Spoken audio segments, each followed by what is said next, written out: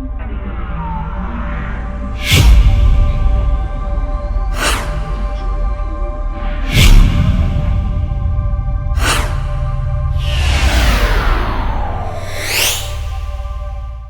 everybody, I wanted to make this video to recap what we have in Club Penguin Island so far, and what I believe it needs to be successful. So as of right now, the game seems to be based off of exploring, designing, interacting, and mascot adventures. We have three main areas being the Beacon Boardwalk, Coconut Cove, and the Sea Caves.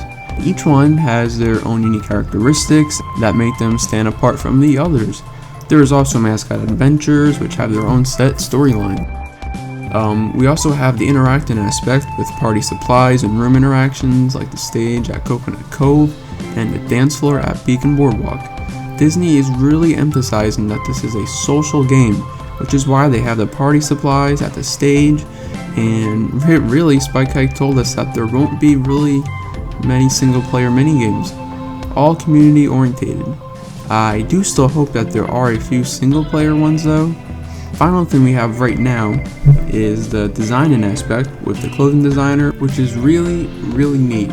They are using a system where they design a basic 3D model and we add the color and life to it.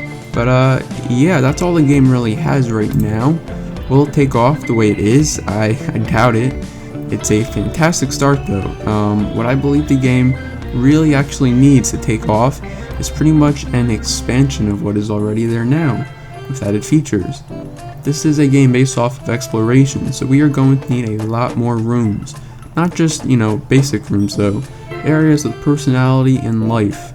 If they do a snow area, put in some snowman, have it actually snow, and have activities and animations themed around it. You know how the centerpiece at the Beacon Boardwalk changes? Maybe have a big ice rink in the middle of the area with fish swimming underneath. Detail really does matter. Make the entire island feel connected. Activities and games is something it also needs. Put in a sled racing game in the snow area and maybe add a trampoline to Coconut Cove and have a little sign next to it that tells you the highest jump. You are timed 1 minute and whoever jumps the highest gets their name on that sign. You would collect coins as you jump higher. You jump by tapping the trampoline the second you land on it. It would all be based around timing. Spike Hike also told us that Carjitsu and the Elite Penguin Force will also be making their way over. It's really important that they don't turn the EPF into a set series of quests. Let's say Gary has the EPF adventures. The mascot adventures each have their own storyline which ends when you complete the last one. The EPF doesn't just end though, that's the problem. It's an ongoing platform with things constantly happening. I believe it should be more of a world where certain things happen to the game. So for example, let's say Herbert dumps an explosive kind of hot sauce into the volcano and it erupts, putting the island in great danger of burning up. There can be an operation per se based around that. If the EPF was just limited to a set number of adventures or quests, it wouldn't feel as big and involved in my opinion. Of course, if they had it involved in the mascot adventures and did more with it, then it may work just fine.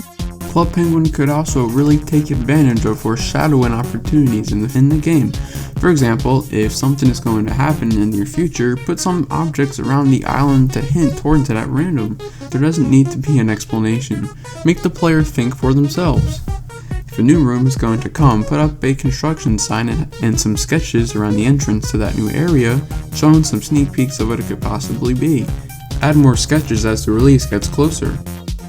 I could go on and on about the possibilities of things they could implement, but for now, here is a list of what I believe the game needs, close or at launch. So the first thing is igloos, which they are getting.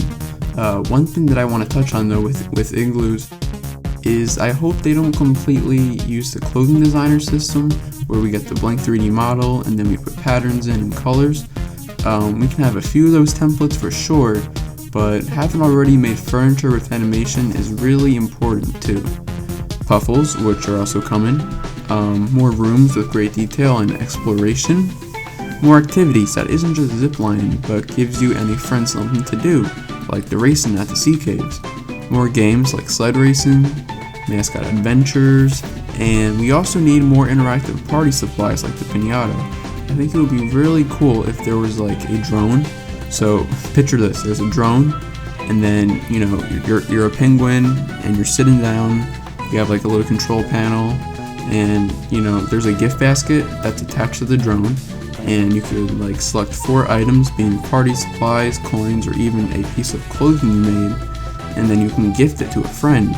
The drone would fly on over to where the friend is and drop it off to them.